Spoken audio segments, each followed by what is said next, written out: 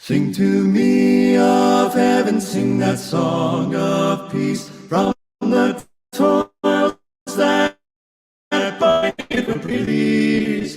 Burdens will be lifted that are pressing so. Showers of great blessing o'er my heart will flow. Sing to me of heaven, let me fondly dream of its golden glory, of its pearly gleam.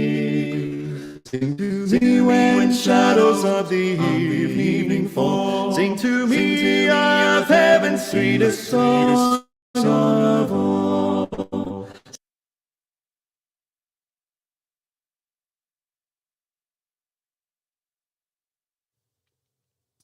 Sing to me of heaven.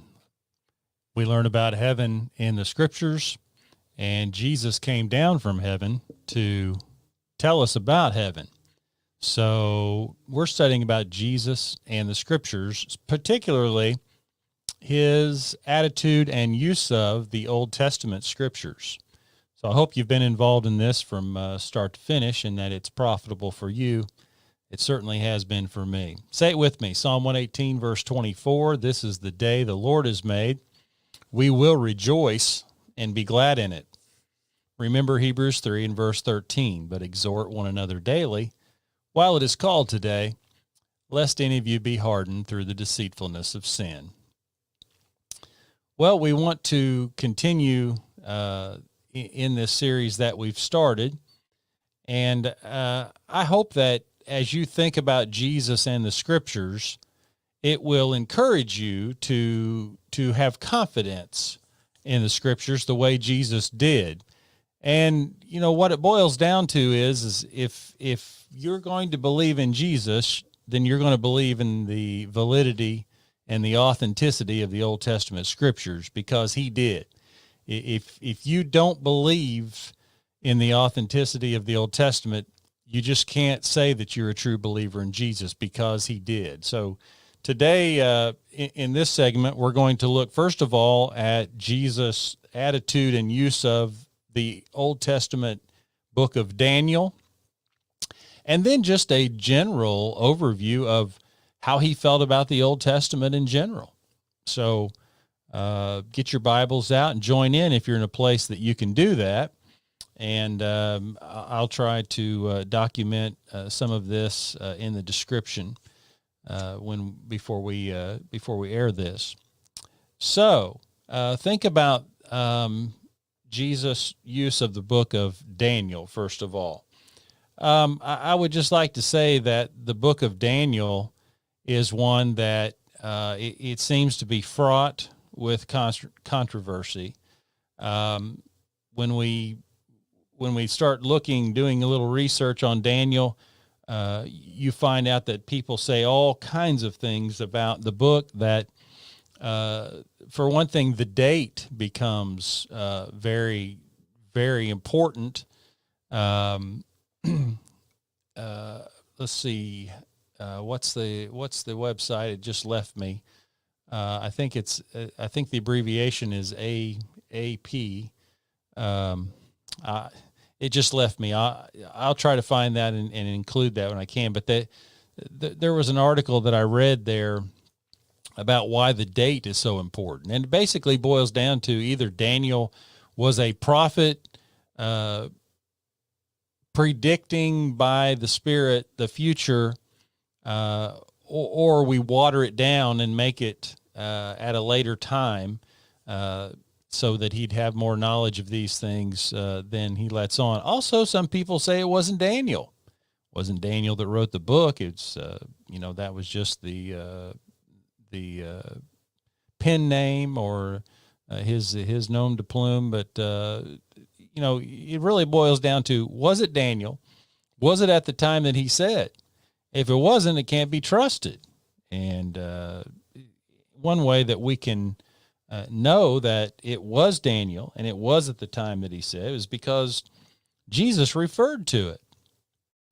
We're going to take a look over at Matthew chapter 24. I've said before that I think Matthew chapter 24, I think, is primarily about the coming destruction of Jerusalem. I do think there's some things. Chapter 25 is primarily about the second coming of Jesus at the end of the world. And I do think there's some things that kind of get wrapped around each other between chapters 24 and 25.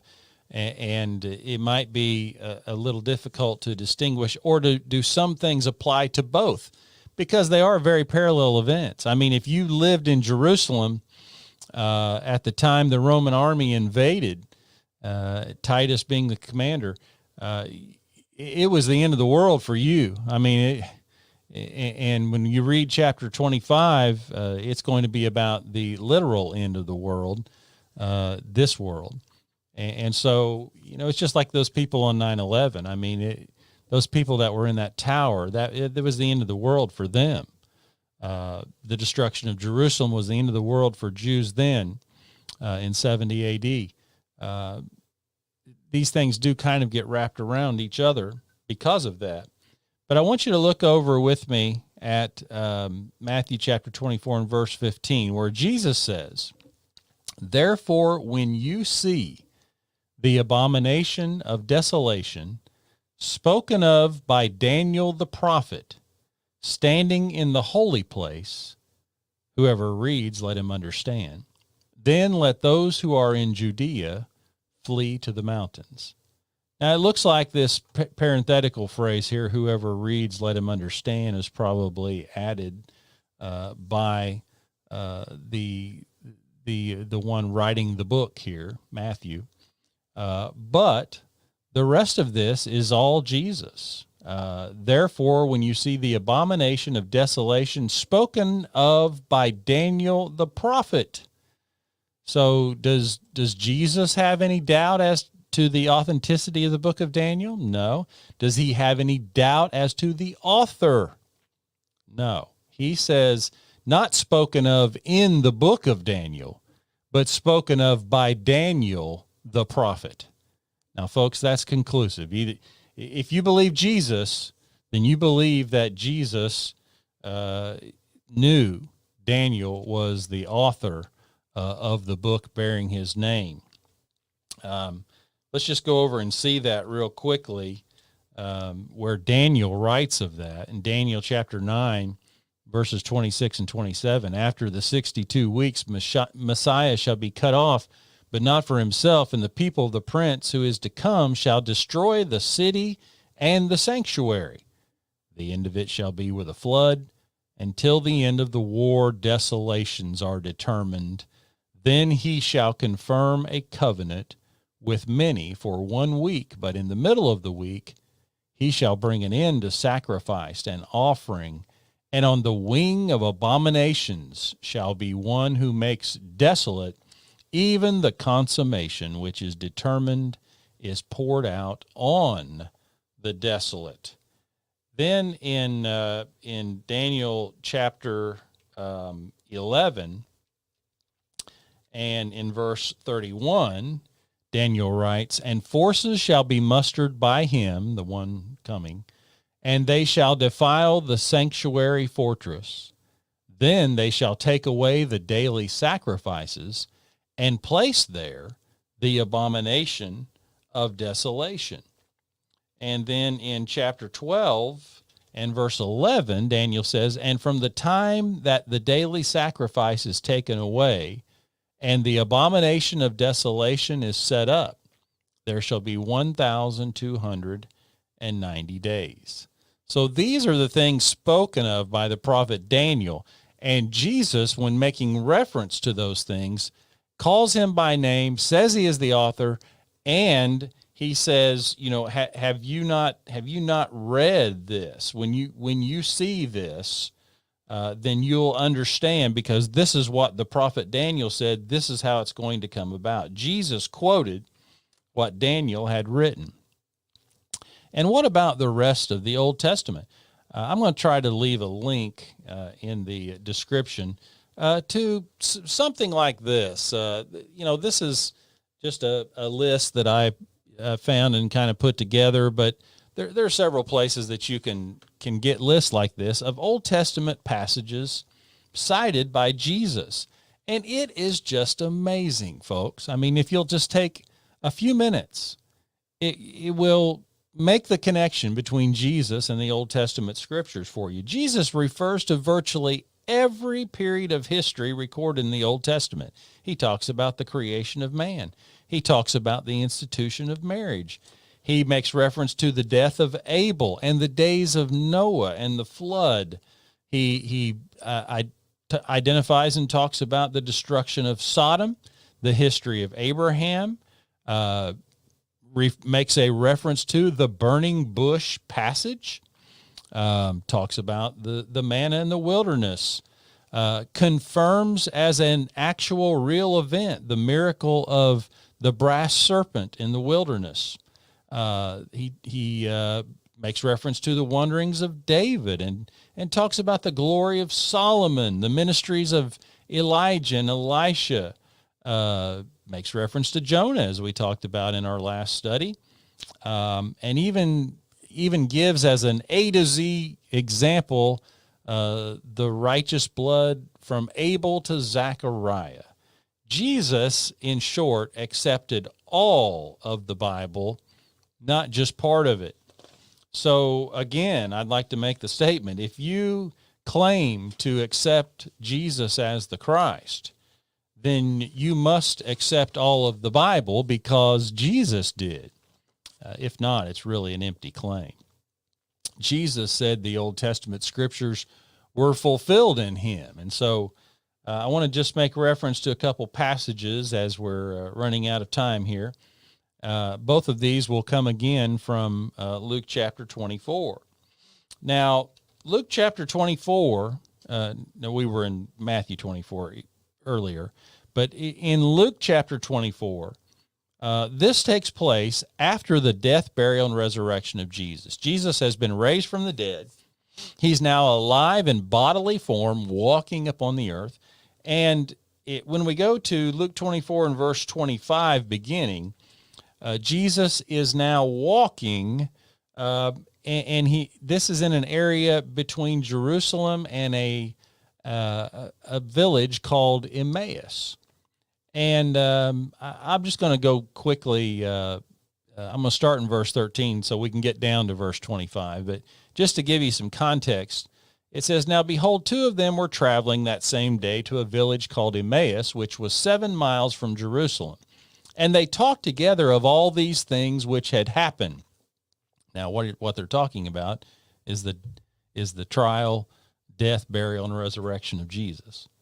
And verse 15, "So it was, while they conversed and reasoned, that Jesus himself drew near and went with them, but their eyes were restrained, so that they did not know him. And he said to them, What kind of conversation is this that you have with one another as you walk and are sad? Then the one whose name was Cleopas answered and said to him, Are you the only stranger in Jerusalem, and have you not known the things which happened there in these days? And he," that is Jesus, "said to them, What things?" And so they began to talk to him about Jesus, this one that they had hoped had been Messiah, that was put to death. And now it's been 3 days, and they get a report that the tomb's empty. And here's Jesus' answer to them in verse 25. "O foolish ones and slow of heart to believe in all that the prophets have spoken. Ought not the Christ to have suffered these things and to enter into his glory? And beginning at Moses and all the prophets, he expounded to them in all the scriptures the things concerning himself." Where would he begin? For example, he began at Moses. We can begin all the way back in Genesis 3 and verse 15 to the curses, the curse that God pronounced on the serpent. "And I'll put enmity between you and the woman, and between your seed and her seed. He shall bruise your head, and you shall bruise his heel." Well, there's a reference in Genesis 3 verse 15, a book of Moses, to the event that we know is the crucifixion. That's where the offspring of woman, Jesus, was given a wound in his heel. But the serpent, the devil, was dealt a crushing blow to the head because a sacrifice was made for sin. And all the prophets, for example, let's just think about David. Let's think about David. Psalm chapter 22. My God, why have you forsaken me? Why are you so far from helping me and from the words of my groaning? This whole psalm, those who see me ridicule me, they shoot out the lip and shake the head, saying, he trusted in the Lord. Let him rescue him. Let him deliver him, since he delights in him. This entire psalm is talking about, remember, nearly 1,000 years before Jesus, the death of Jesus. So that's why Jesus says to them, why don't you realize that the things that happen to this Jesus, they do fulfill what should happen to the Messiah? And then in that same chapter, Luke chapter 24, when you get down to verse 44, he's now talking to the 11 disciples. And he says to them, these are the words which I spoke to you while I was still with you, that all things must be fulfilled which were written in the law of Moses and the prophets and the Psalms concerning me. And he opened their understanding that they might comprehend the Scriptures. Jesus attributed all these Scriptures to God, that they were God-breathed, that they were believable, they were written by the ones that they claimed to be written by, and he said they were about me. If you believe in Jesus, Jesus believed the Old Testament Scriptures, you must believe them as well. We'll pick up there next time, the Lord willing. Hope these things are helpful for you. If you want to talk more about this topic or any other Bible topic, leave a comment on Facebook or YouTube. Use Facebook Messenger. Send an email to us. We'll be glad to respond and talk to you about these things as much as you like. And we always want to invite you to come and visit with us at the Stone Ridge Church of Christ. We're located at 514 Airport Road. We gather regularly on Sundays at 10, 11, and 6, Wednesdays at 7 p.m. You are always welcome, and we hope that you'll take advantage of that and come and be with us. Hey, until next time, if the Lord gives us life and another opportunity, I hope that you have a great day.